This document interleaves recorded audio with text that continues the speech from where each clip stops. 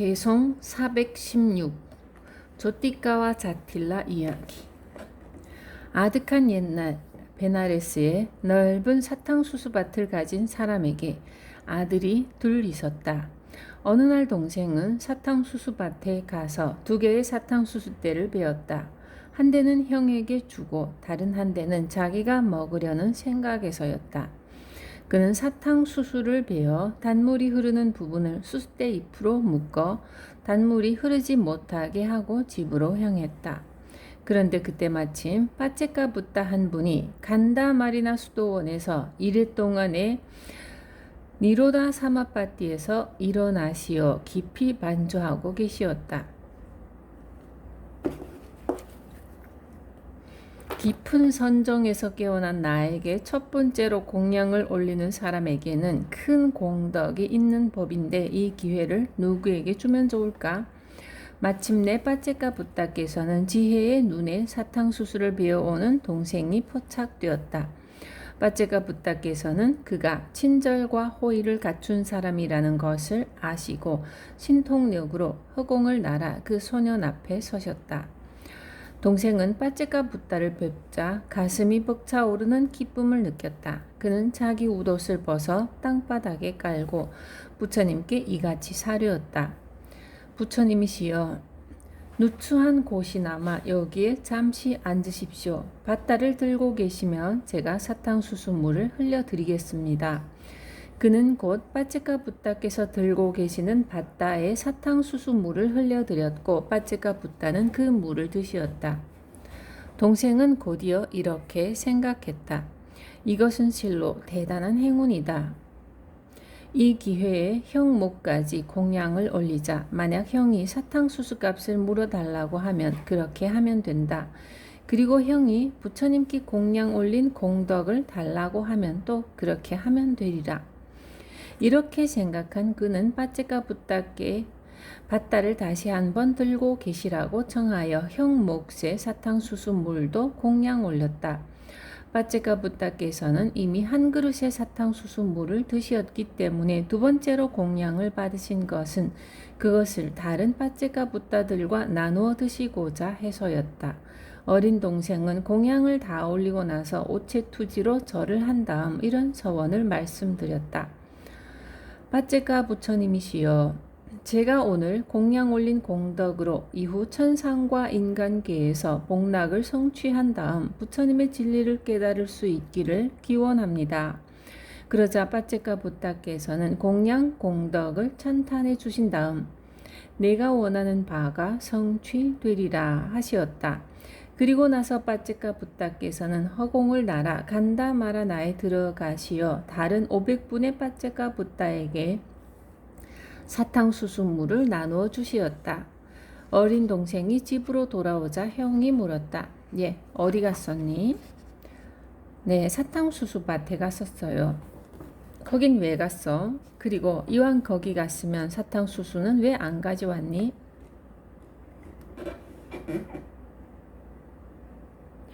예, 저는 사탕수수 2대를 베어 오다가 빠째까 붓다님을 베었어요. 그래서 제 몫을 공양했죠. 그리고 형도 공덕을 지으면 좋을 것 같아서 형 몫도 공양 올렸어요. 자, 형님, 이제 두 가지 중 어느 것을 택하시겠어요? 사탕수수 값을 드릴까요? 아니면 제가 대신 올린 공덕을 택하시겠습니까? 벽지불께서는 나의 공양을 어떻게 하시더냐? 벽지불께서는 그것을 간다 마라나로 가지고 가시어 다른 500분의 빠째까 붓다님들에게 주시었습니다. 이 말을 들은 형은 말할 수 없는 큰 기쁨으로 온몸이 요동치는 것을 느꼈다. 그는 곧 이 같은 서원을 세웠다.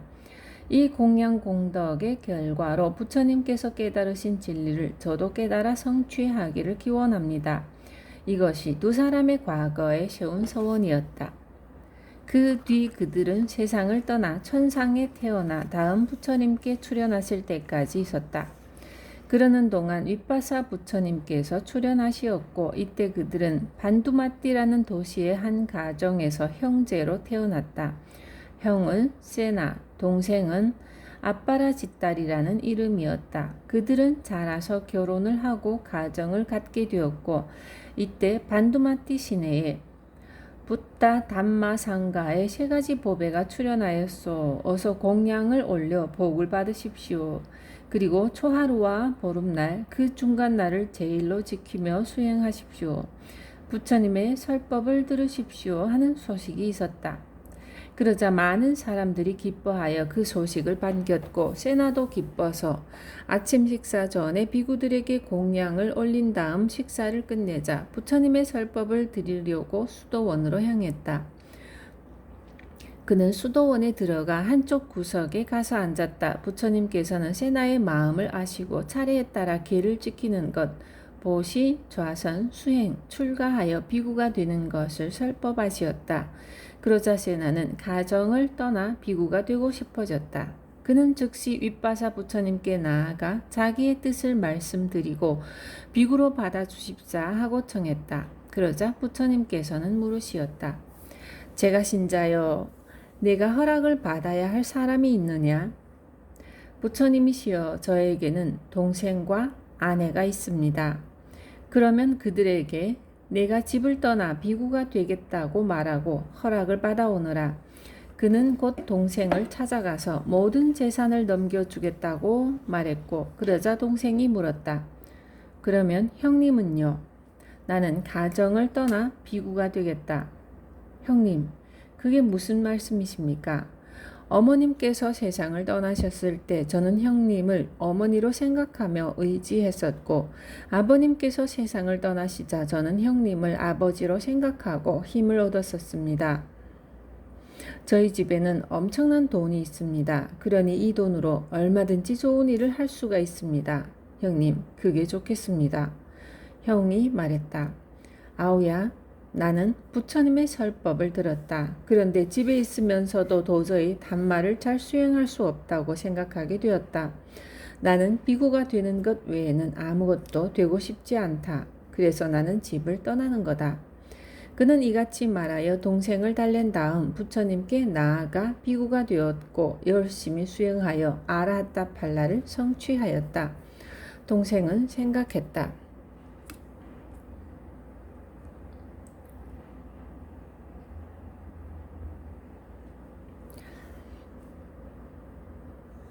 나는 형님께서 비구가 되신 것을 존경하는 뜻에서 부처님을 비롯한 비구들을 집으로 초청하여 이랫동안 공양을 올리리라. 그는 그대로 행했다. 그리고 마지막 날이 되자 그는 형에게 말했다. 테라님께서는 마침내 생사윤회를 벗어나셨군요. 그러나 저는 아직도 5가지 욕망, 재물, 감각적 쾌락, 수명, 명예, 맛에 얽매여 가정을 떠나 비구가 되지 못합니다. 그런 제가 가정에 남아 있으면서 지을 수 있는 공덕에 대해 말씀해 주시기 바랍니다. 그러자 형이 말했다. 착하구나, 착하구나. 너는 부처님께서 거쳐 하실 간다꾸띠를 지어 공양 올리도록 해라. 예, 잘 알겠습니다. 그래서 그는 목재를 구하여 공사를 시작했다. 그는 나무 기둥과 각 문마다 조각을 하고 금과 은을 박아 넣었다. 그리고 다른 데도 많은 보석을 박아 장식하여 건물 전체를 장엄했다. 그가 공사를 진행하고 있을 때 그와 이름이 꼭 같은 조카가 와서 그에게 청했다. 삼촌, 이번에 간다쿠띠 공사를 하시는데 저도 공덕을 지을 수 있게 해주십시오. 그는 말했다. 귀여운 조카야, 나는 너의 부탁을 들어줄 수가 없구나. 나는 이번 일만은 어느 누구와도 공덕을 나누어 가질 수 없다고 생각한단다. 그 후에도 조카는 여러 번 되풀이하여 공덕을 짓게 해달라고 청했지만 그는 끝내 조카의 청을 거절했다. 그렇지만 간다꾸띠에는 코끼리 외양간도 있어야만 했기 때문에 그는 조카에게 외양간을 짓게 했다. 그의 조카는 그 공덕으로 다음 생을 받을 때 멘다카 지방의 거부의 집에 태어나 재정관이 되었다. 새로 지어진 부처님의 방에는 3개의 창문이 있었는데 모두가 보석으로 치장되었다. 창문 밑에는 또 3개의 연못을 만들었고 그 연못 바닥과 벽도 모두 보석으로 장식하였다. 연못이 완성되자 거기에는 4종류의 향기로운 물을 채웠고 연못에 5가지 색깔의 연꽃을 심었으며 또 부처님께서 간다꾸띠 안에 앉으시면 종 모양의 일산이 퍼지면서 붉은 금가루가 뿌려지도록 장치했다. 그것은 마치 바람에 꽃가루가 날리는 것처럼 보였다. 일산의 꼭대기는 산호로 장식되었고 그 밑으로는 7가지 보석으로 만든 타일이 붙여졌으며 그것은 마치 공작새가 춤을 추듯이 화려했고 7가지 보석을 가루로 만들어 사용할 곳에 다 사용한 다음 남은 것은 건물 주위에 쏟아 무릎까지 차게 해두었다. 제가 신자 아짜라 짓다가 간다꾸띠를 완성시키고 형님을 찾아가 말했다. 테라님, 간다꾸띠가 완성되었습니다. 저는 부처님께서 그 건물을 사용하시기를 원합니다. 제가 알기에는 부처님께서 그 건물을 사용하시면 저에게는 엄청난 공덕이 있으리라 생각하는데요. 그래서 세나비구는 간다꾸띠로 부처님을 모시고 갔다. 부처님께서는 많은 보석이 박혀있는 건물을 살펴보시었고 아빠라짓다는 부처님께 사료였다. 부처님이시여 어서 안으로 들어가십시오. 그러나 부처님께서는 서 계시기만 하였고 그가 3번이나 요청하자 세나비구를 돌아보시었다. 그제서야 세나비구는 부처님께서 자기를 돌아보시는 뜻을 알고 동생을 한쪽으로 불러냈다. 그래서 형의 말을 들은 동생은 부처님께 예를 올리고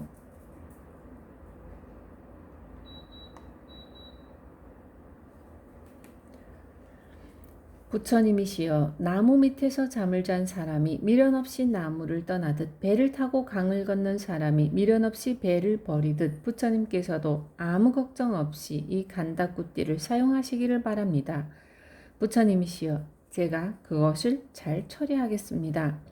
라고 사료였다. 그 같은 제가신자 대답을 들으신 다음에야 부처님께서는 건물 안으로 들어가시었다. 그러면 부처님께서는 왜 새로 지어진 간다꾸띠 앞에서 잠시 망설이셨는가?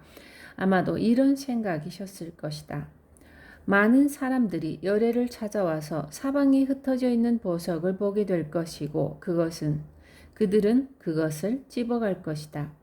그러면 이 건물을 열애에게 헌납한 제가신자는 신자들이 보석을 다 집어가는데도 부처님께서 저들을 제지하지 않으신다 하여 열애를 원망할 것이다. 그러면 그것이 인과가 되어 지옥에 떨어지게 될 것이며 이것은 결코 좋은 일이 아니다. 그러나 아빠라 짓다가 부처님이시여 그것은 아무 염려 마십시오. 제가 그것을 잘 처리하겠습니다. 라고 말씀드리자 건물 안으로 들어가시었던 것이다. 아빠라짓다는 경비원을 세우고 그들에게 이렇게 일렀다. 누구든지 보석을 2손에 담아 가거든 말리지 마라. 그러나 숨겨 가지고 가는 사람은 제지해야 한다. 그는 성 안의 사람들에게 알렸다. 제가 부처님이 머무시는 간다꾸띠 주위에 7가지 보석을 뿌려놓았습니다.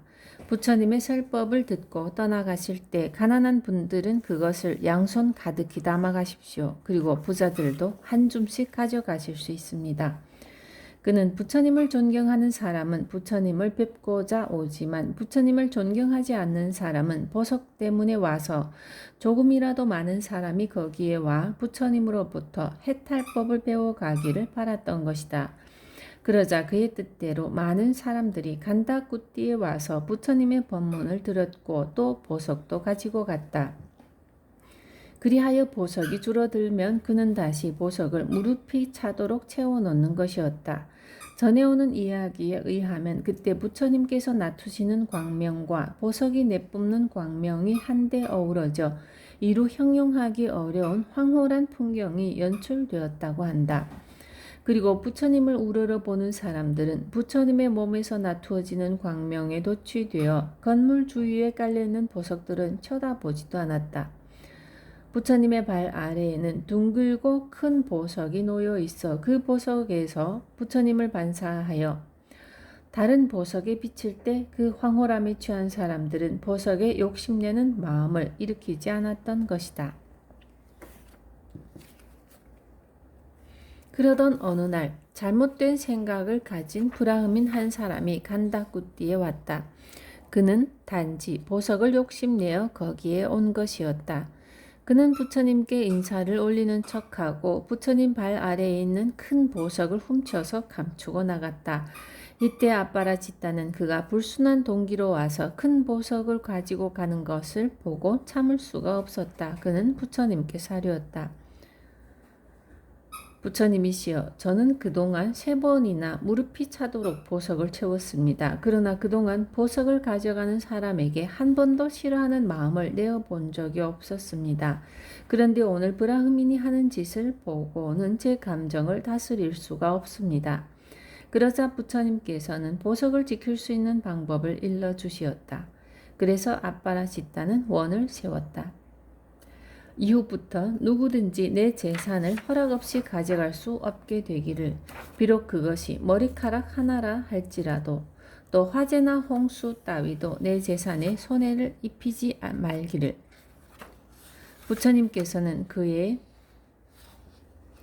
같은 서원을 증명하시고 축원해 주시었다. 제가 신자 아빠라지따는 간다쿠띠의 개원 및 헌납식을 올리고 모든 비구들은 9달 동안 공양을 한 다음 회향하는 날 마지막 날 각 비구들에게 고급 천 3벌과 가사 1조씩을 헌납했다. 그리하여 그는 그런 엄청난 공양 공덕 때문에 윗바사 부처님 때로부터 곧다마 부처님 때까지 천상에 머물러 있다가 라자가하의 부호이며 재정관인 브라흐민의 아들로 잉태되어 9달 동안 어머니의 태중에 머물렀다. 금생 이야기.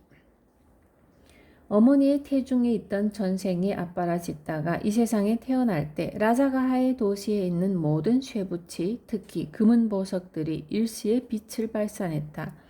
그래서 시는 번쩍이는 빛으로 가득했다. 그러자 그날 왕실에 들어간 재정관에게 왕이 물었다.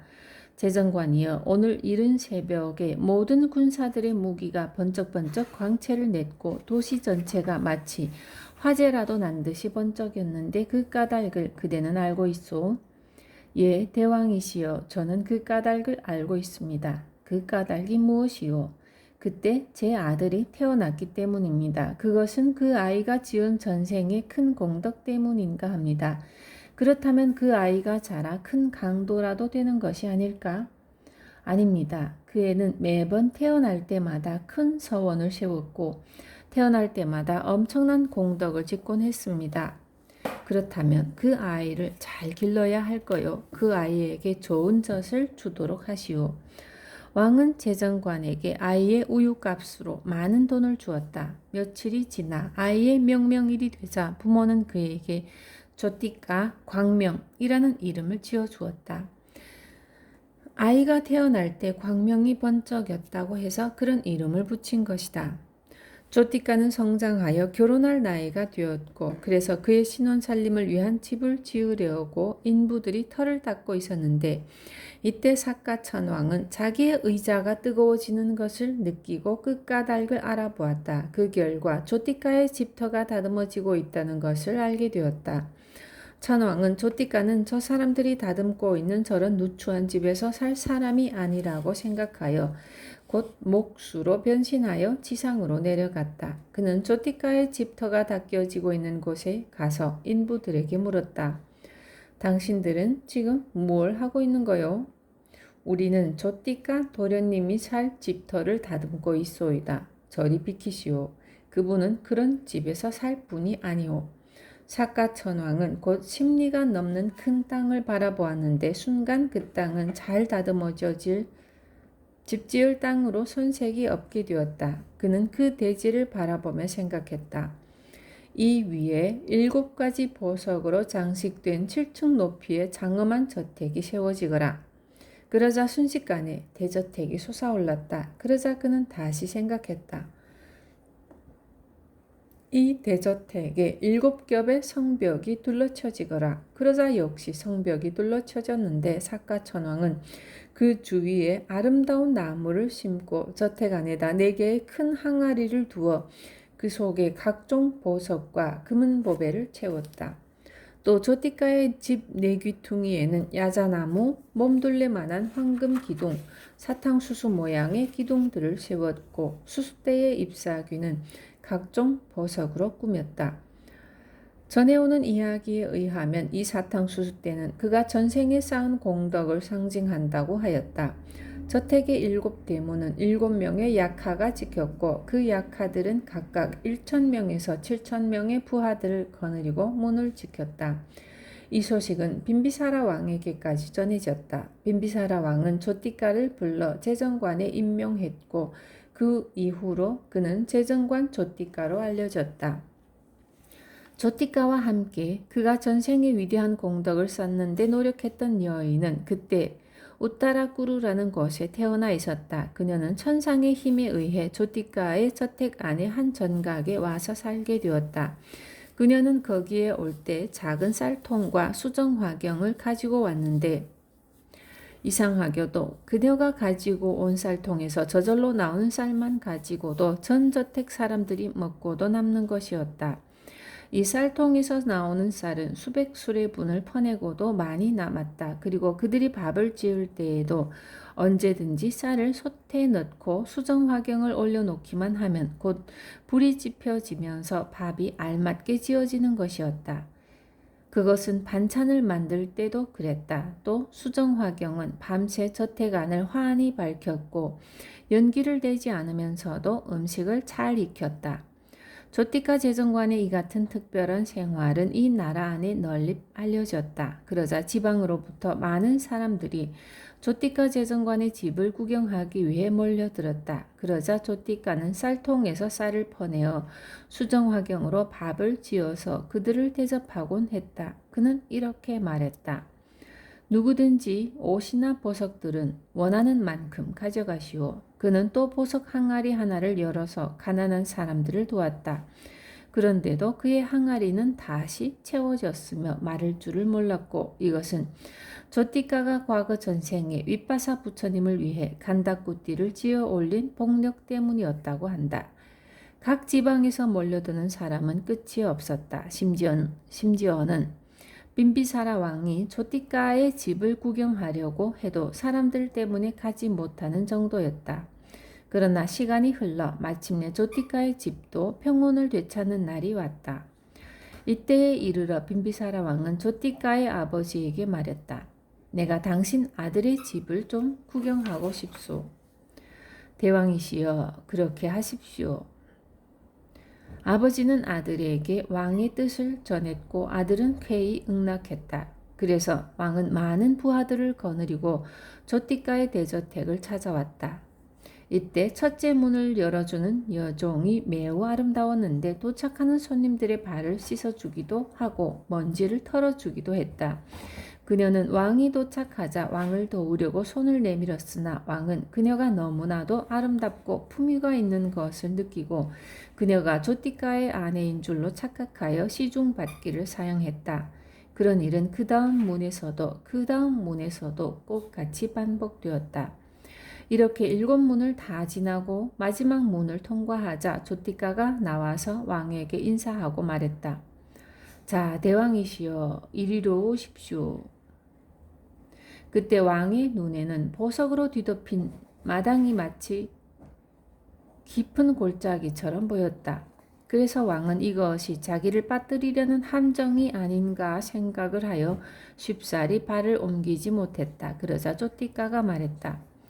대왕이시여, 이것은 함정이 아닙니다. 자, 제 뒤를 따라오십시오. 왕은 조티카의 발자국을 뒤따라 저택 안으로 들어가 제일 높은 층에 올라가 전망을 즐겼다. 이때 빈비사라 왕의 아들인 아자따 사뚜 대자가 부왕을 동행하고 있었다. 그는 저택 내부를 구경하면서 이런 생각을 했다. 아버지도 참 한심하군. 재정관 조티카는 일개 시민 신분으로 이런 장엄한 저택에 살고 있는데 아버지는 왕이면서도 이보다 못한 집에 살고 있으니 내가 임금이 되면 조티카 따위가 이런 호화로운 집에 살지 못하게 뺏어버리겠다. 빈비사라 왕 일행이 7층 꼭대기에 올라갔을 때는 벌써 점심시간이 되었다. 그래서 왕은 집주인에게 말했다. 제정관, 나는 여기서 점심을 먹었으면 하오. 염려 마십시오. 제가 준비해 두었습니다. 왕은 조티가가 제공하는 16가지 향수탕에서 목욕을 하고 나서 제정관의 특실에 있는 화려한 의자에 앉았다. 이때 심부름하는 사람들이 왕에게 손 씻을 물을 보석대야에 담아 내왔고 곧 김이 무럭무럭 나는 쌀죽이 황금 그릇에 담겨 나왔다. 왕은 그것을 먹으려 했고 그러자 집주인이 말했다. 대왕이시여, 그것을 잡숫지 마십시오. 그것은 음식이 아니라 향기를 내는 쌀죽입니다. 그리고 나서 하인이 황금 접시에 음식을 내왔는데 왕은 너무나 맛있는 음식을 얼마만큼 먹고 그만두어야 할지 알지 못했다. 왕이 하도 계속 먹으려자 조티가 제정관이 말했다. 대왕이시여, 그만두십시오. 그 정도면 되겠습니다. 더 잡수시면 소화불량에 걸릴 것 같습니다. 집주인이여, 내가 이것을 먹는 게 그리 아까운가? 아닙니다. 그것이 아까웠다면 대왕을 수행한 모든 사람들에게 제가 어찌 그 음식을 대접했겠습니까? 다만 대왕께서 그것을 너무 많이 드시고 탈이라도 나면 사람들은 내가 음식에 나쁜 것을 넣어서 탈이 난 것이라고들 할까봐 걱정이 됩니다. 알았소, 내 그만 먹으리다. 왕은 식사를 마치고 제정관과 즐거운 대화를 나누다가 이렇게 물었다. 제정관, 당신 부인은 왜 문 밖에 서사오? 무슨 말씀이신지요? 저의 아내는 저택의 맨 안쪽 전각에 있는데요. 조티가는 왕이 자기 아내를 보고 싶어 한다고 생각하여 아내에게 갔다. 여보, 왕이 오셨소. 그분은 귀한 손님인데 당신이 찾아뵙는 것이 도리인 것 같소. 그러자 그의 아내는 자리에 누운 채 일어나지도 않고 이렇게 말했다. 여보, 왕이라니 그가 누구예요? 누구긴 누구요? 그는 이 나라를 다스리는 사람이요. 그의 아내가 말했다. 누구를 다스려요? 그렇다면 우리도 다스린단 말인가요?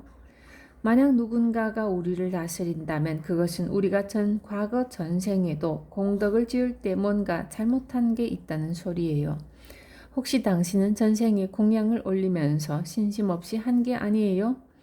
도대체 내가 왕에게 무엇을 해야 한다는 말이에요? 이 종려나무 부채를 가지고 가서 왕에게 부채질을 해드리시오. 그래서 조티가의 아내는 할 수 없이 불려나와 왕에게 부채질을 하게 되었다. 그런데 부채질을 하던 조티가의 아내는 왕의 관복에서 나오는 향냄새 때문에 눈이 아파서 눈물을 흘렸다. 그러자 왕이 그것을 보고 말했다. 제정관이여, 여자들은 지혜가 적소. 당신의 아내는 혹 내가 당신의 재산을 몰수하기라도 할까봐 저렇게 눈물을 흘리는구려. 왕은 자기는 제정관의 재산에 욕심이 없으니 걱정 말라고 말해 주었다. 그러자 조티가가 대답했다. 대왕이시여, 저의 아내는 그런 생각 때문에 울고 있는 것이 아닙니다. 대왕의 관복에서 나는 행내 때문에 눈물을 흘리는 것입니다. 그동안 제 아내는 등불이라든가 밥 짓는 불 같은 것을 보지 않고 살아왔습니다. 아내는 아주 편하게 먹고 쉬면서 빛이라고는 다만 보석이 내뿜는 광명만을 보았을 뿐입니다. 대왕께서는 등불을 쓰시겠죠. 이제부터는 제가 드리는 이 광명의 불로 생활하도록 하십시오. 조티가는 왕에게 찬란한 빛을 내뿜는 머리만큼 큰 보석 하나를 주었다. 그러자 왕은 조티가는 실로 엄청난 부자로다 하고 집을 떠났다.